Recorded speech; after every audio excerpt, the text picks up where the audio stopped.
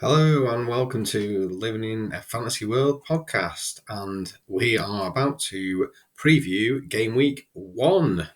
Here we are in the 2022-23 season. We're starting again. Premier League's back, everyone's happy. Earlier start than usual with the World Cup at Christmas, and I wanted to dive straight in by talking about the opening fixtures of the weekend, which you can see on the screen.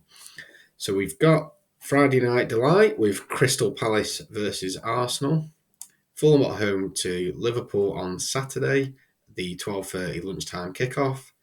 Bournemouth versus Villa. Leeds versus Wolves. Newcastle versus newly promoted Notts Forest. Spurs versus Southampton. Everton versus Chelsea, which sees Frank Lampard as Everton manager going against his old club. And then on Sunday, we've got Leicester versus Brentford, Man U versus Brighton, and finally, last but not least, West Ham versus Man City.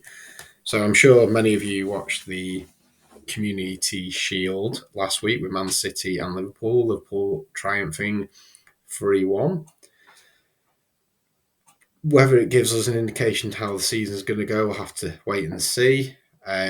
City looked a bit behind Liverpool in terms of readiness and preparation for the season. Haaland trying to settle into a new system. City players getting used to having a main striker up front rather than using a number 9.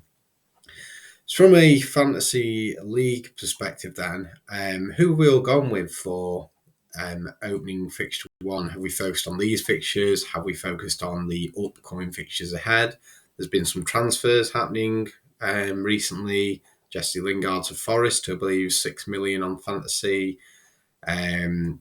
We've got Christian Eriksen signing for Man United. Will he play, or is he back up for Fernandes? Leeds have signed new players, quite a few unknown to the Premier League. Are we going to risk any of those? Bournemouth seems to be struggling to get defenders through the door. I've recently heard Scott Parker saying that he feels the squad is weaker than it was this time last year when they were going into the Championship. So worrying signs for those guys. West Ham with their new Italian Sassuolo striker up front, Smaka. 23 goals, I believe, in Serie A. We're going to take a punt on him. What's the plan? Are we going to go with tried and tested players, risk the new players, a bit of a mixture of both? What are we going to do? All questions I've been pondering, I'm sure you have too. I think if we look at the opening fixture this week, Spurs looking strong. There's a standout one for me, a home fixture against Southampton. Last season, Southampton very up and down, a lot of heavy losses, but then they did go on a good run of form as well. For me, that's a home win. You're going to get some Spurs attackers in your teams, maybe possibly Spurs defenders. Everton don't have Calvert-Lewin. He's injured for 6 weeks. Rondon suspended. Who are they going to play up front? They don't have any other strikers. Is it going to be Dele Alli? I also read this week that if Dele plays 20 games, for Everton, then Everton are due to pay Spurs another £10 million. So again, with Everton's financial position, can they even afford to play him? But I predict Ali will start up front. Some people may think, might be worth a punt to put Ali in the fantasy team. Personally, I can't see Everton scoring. I think Chelsea's the safer bet there with any of the premium assets. James, Chilwell at the back, maybe Mount midfield. Havertz could be a cheeky option up front. Or do we go with Sterling, another transfer, 10 million on fantasy to throw in from midfield if you want to go with a proven goal scorer, but will he fit in at Chelsea? Who knows? I guess the other big talking point is Man United. How will they start? From a fantasy perspective, 6.5 million, Marcus Rashford. Will he have a good season, a better season under Ten Hag? If so, relatively cheap at that price. Personally, I think Sancho's possibly the better option. Do you look at the defence? Do you trust the defence? Dalot, I think, is going to play 4.5 million, not a bad shout. Who are they going to play at centre-back? They have 6 centre-backs now. Martinez, Lindelof, Varane, Maguire, Bailly, Jones. Which two are they going to go with? to start. I can see Lindelof, Maguire, or Maguire and Varane personally. I think a bit too soon for Martinez. Forest have made lots of signings. Wolves are without Jimenez, so Neto, cheap option, 5.5 million from midfield, likely to play up front. Could be a shout.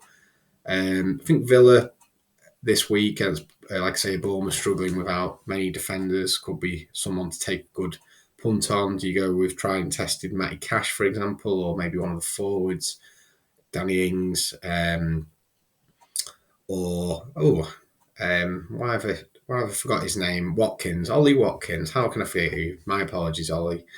And then just sort of finishing back round to the first opening game this week.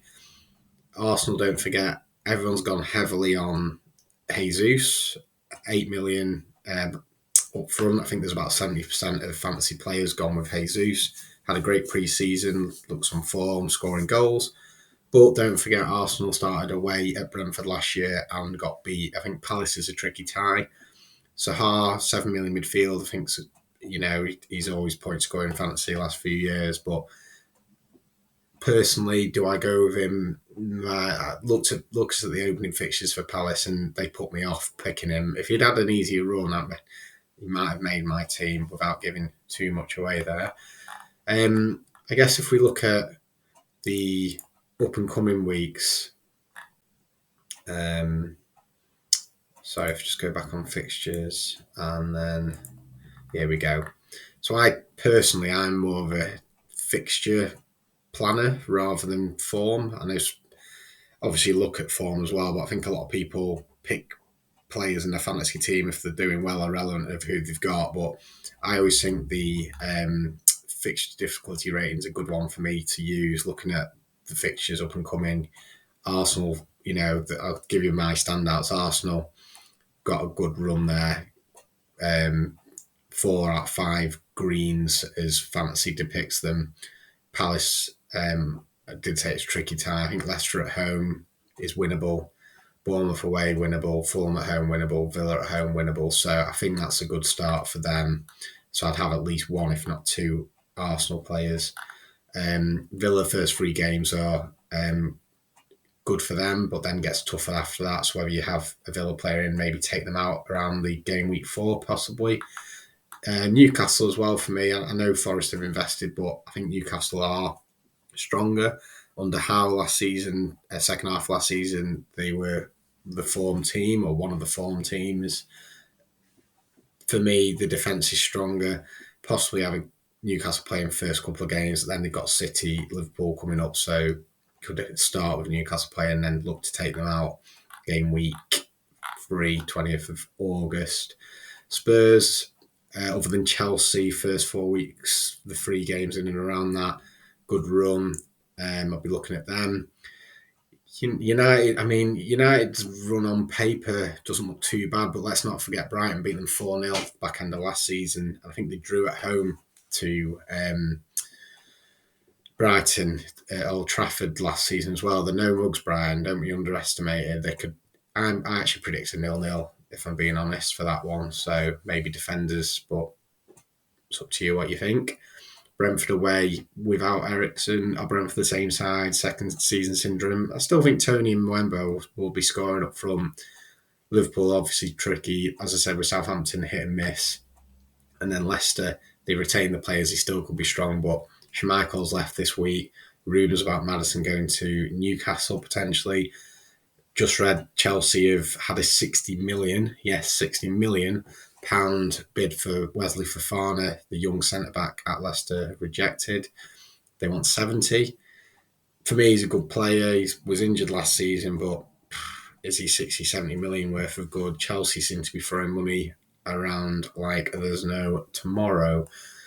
So yeah, that's a bit of an overview of the fixtures. I don't want to reveal my team, mainly because of the leagues I've joined and friends I'm pitting my wits against. But what I will do is go into, if I go on to, what's the best way to do this, stats.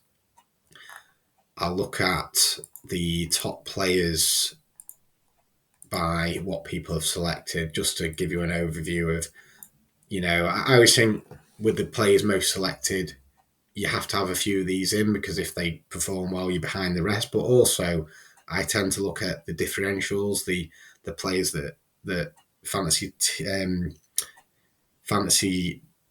teams have not put in their squad. Is there somebody that you think could do well that has got a low selection percentage? Because if you're right, you could be ahead of the curve. But like I said earlier, Jesus 70 odd percent, it's 76.2 now, heavily backed, as is Salah at 61, Alexander Arnold nearly 60. Liverpool, I think their defence last season brought in more points than any other defence. Cancelo's up there, Haaland reduced after last week, but you can't throw much into a one-off game like that. I still think he'll do well this year. James up there. My only concern with James, will he play right centre-back or right wing-back? Looking at the friendlies last week, he played right wing-back with Azpilicueta right centre-back. So, the good news from a fantasy perspective, because we don't really want him playing centre-back, we want him up and down the wing getting the assists and goals if you've got him in your team, certainly. Azpilicueta, despite the rumours with Barcelona, he's now signed a 2-year deal. So that gives me a bit more confidence that Chelsea have got enough centre-backs to keep James in his best position. Nico Williams has been a popular cheap buy at 4 million. Forest play wing-backs. He'll play the right wing-back. He's signed 16 million, I think.